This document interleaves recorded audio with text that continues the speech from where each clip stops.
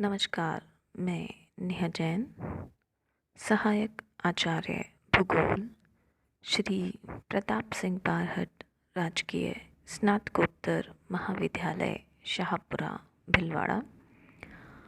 आज का विषय बीए प्रथम वर्ष के प्रश्न पत्र प्रायोगिक भूगोल से संबंधित है, जो कि बीए प्रथम वर्ष के साथ साथ अन्य भूगोल के परीक्षार्थियों के लिए भी समान रूप से उपयोगी है।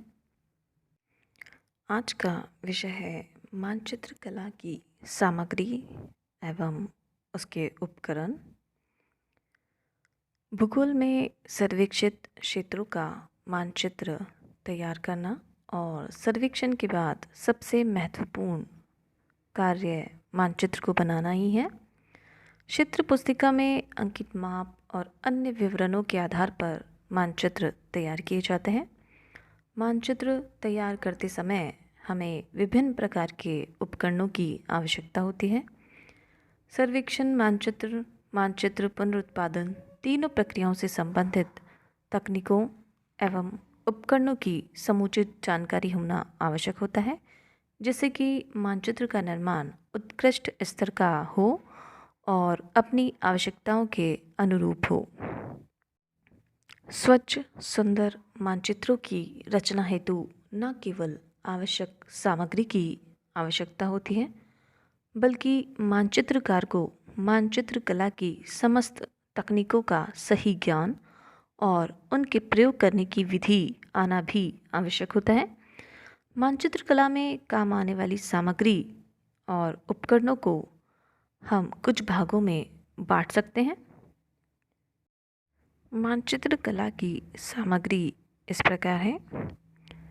पहला आरेखन सतह, दूसरा पेंसिल, तीसरा रबड़, चौथा स्याही, पांचवा आभाएं और छठा है जल रंग।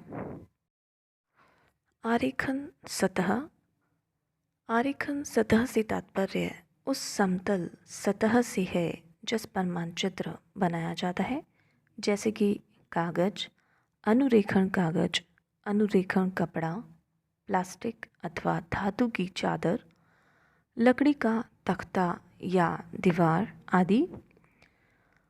अनुरेखण सतह चाहे जो हो, लेकिन वह साफ, स्वच्छ और चिकनी होनी चाहिए, जिससे कि उस पर पेंसिल, पेन या ब्रश का आसानी से उपयोग हो सके। अधिकांश मानचित्र आरेखन कागज पर बनाए जाते हैं, जिसमें कि निम्न गुण होना आवश्यक होता है। पहला, कागज पर स्याही नहीं फैले। दूसरा, कागज नमी या तापांतर से प्रभावित होकर सिकुड़ना नहीं चाहिए। तीसरा, कागज की सतह चिकनी और सरंध्र होनी चाहिए, जिससे कि उसमें स्याही बैठ जाए और सूख कर उस पर स्थायी हो जाए। चौथा, कागज़ मजबूत होना चाहिए, जिससे रबड़ के प्रयोग करने पर वो खराब ना हो। कागज़ की अपेक्षा कपड़ा अधिक टिकाऊ और मजबूत होता है, परंतु पेन चलाने से रुकावट आने के कारण इस पर महीने तक कार्य करने वाले मानचित्र नहीं बनाए जाते हैं। पेंसिल। कठोरता के आधार पर पेंसिल्स कई प्रकार की होती हैं। साधारण पेंसिल HB किस्म की होती है, जिसका सर्वाधिक प्रयोग किया जाता है। 9H की पेंसिल सबसे कठोर और 6B की पेंसिल सबसे अधिक नर्म होती है। पेंसिल की नोक महीन बनाने के लिए रगमाल, ब्लेड या चाकू का प्रयोग किया जाना चाहिए। स्याही। मानचित्रों में अधिकतर काले रंग की स्याही का प्रयोग किया जाता है। ये स्याही ठोस व तरल दोनों रूपों में मिलती है। ठोस टिकिया को पानी में घोलकर प्रयोग किया जाता है और ये सूखने पर पानी से नहीं मिटती। यदि मानचित्र में भूलवश स्याही का धब्बा रह जाता है, तो ब्लेड से या फिर उसे छुपाने हेतु सफ़ेदे का इसमें प्रयोग किया जाता है। भारत में काली स्याही कई नामों से मिलती है, जो कि अब वर्तमान में यहीं बनने लगी है। वीटो, ग्लोब, कैमल, पेलिकन आदि कंपनी की स्याहियाँ अच्छी और सस्ती हैं। रबड़ पेंसिल की रेखाओं को मिटाने के लिए कोबल रबड़ या फिर स्याही के निशानों को साफ करने के लिए कठोर रबड़ काम में लिए जाते हैं, जिससे कि मानचित्र स्पष्ट हो सके और अनावश्यक अनुपयोगी लाइंस को मिटाया जा सके। इसके लिए रबड़ का प्रयोग किया जाता है। आभाएं वितरण मानचित्रों में अलग अलग वस्तुओं या तथ्यों को प्रदर्शित करने हेतु छायांकित विधि का प्रयोग किया जाता है। हाथ से बनाई गई छायाओं में एक और समय व श्रम अधिक लगता है और वह पर्याप्त एक सी भी नहीं बन पाती। कहीं ना कहीं उनमें अंतर आ जाता है और इस कठिनाई से बचने के लिए पहले से मुद्रित आभाओं को काम में लिया जाता है। ये आभाएं पारदर्शी कागज़ पर मुद्रित होती हैं और अनेक डिज़ाइनों में उपलब्ध होती हैं। कुछ मुद्रित आभाएं इस प्रकार हैं।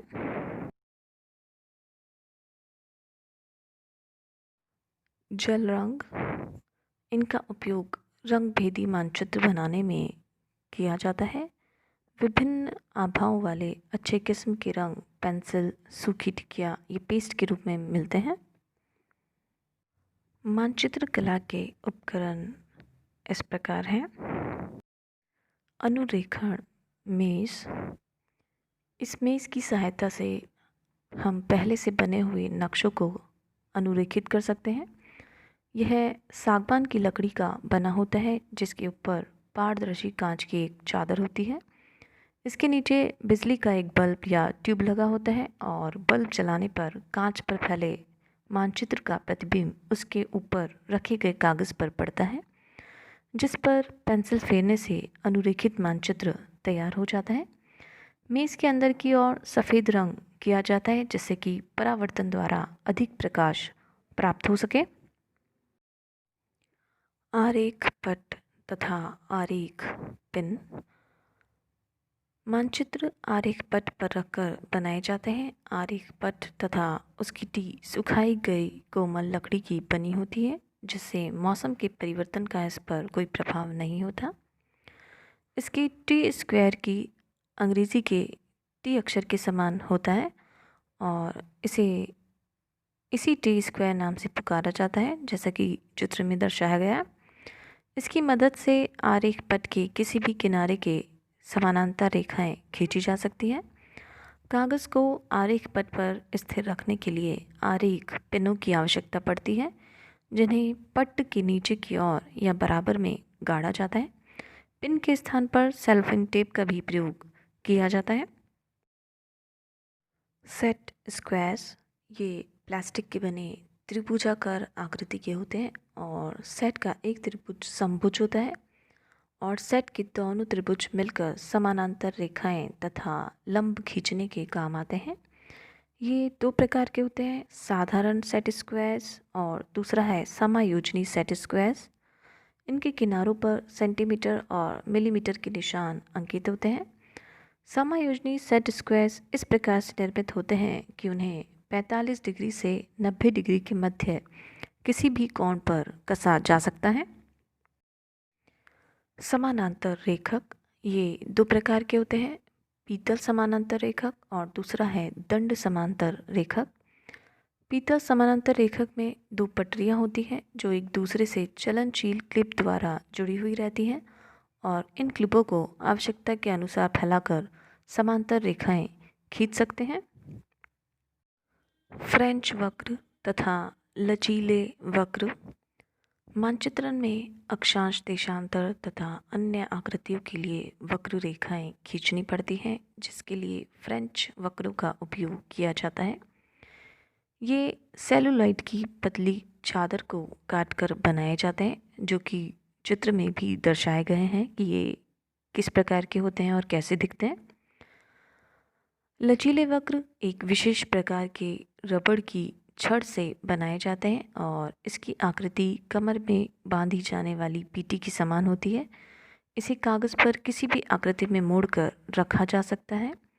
वक्र रेखाओं के खींचने के लिए यह सबसे अधिक सुगम विधि है। बड़ी बड़ी वक्राकार रेखाएं खींचने के लिए स्प्लाइन का उपयोग करते हैं। लचीले वक्र से रेखा बनाते समय उसे स्थिर रखने के लिए एक हाथ से दबाना होता है, जबकि स्प्लाइन को पकड़ने की आवश्यकता नहीं पड़ती क्योंकि उसमें भार बंधा होता है। स्केल या मापक ये लकड़ी, प्लास्टिक या धातु की बनी होती है, जिसमें 15 सेंटीमीटर और 30 सेंटीमीटर की लंबाइयाँ अंकित होती हैं, जिनके किनारों पर इंच या सेंटीमीटर में चिन्ह अंकित होते हैं। चांदा, इनके द्वारा कोण बनाए जाते हैं या नापे जाते हैं। ये 3 प्रकार के होते हैं: वृत्ताकार, अर्धवृत्ताकार और आयताकार।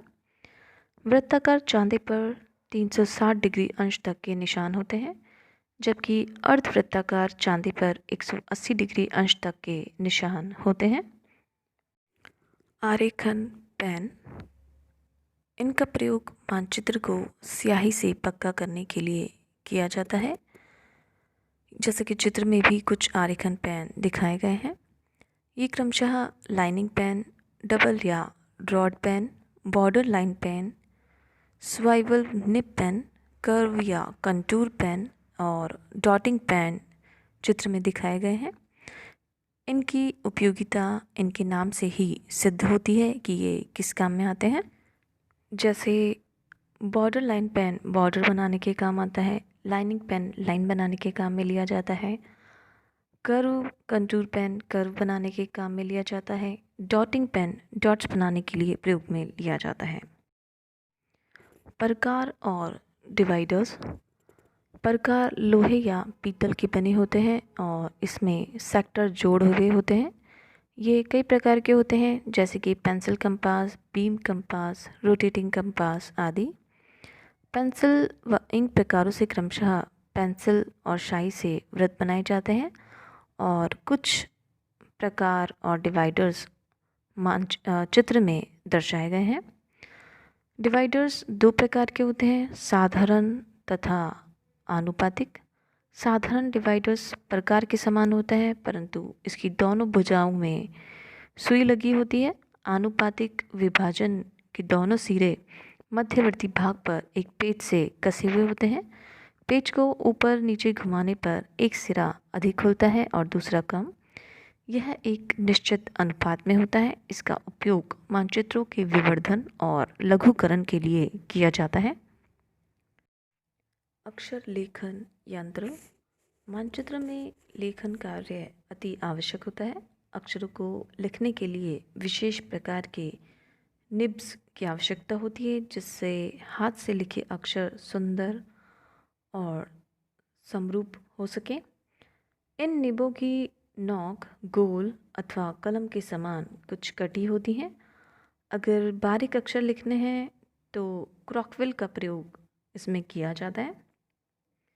कुछ निब्स के प्रकार चित्र में दिखाए गए हैं।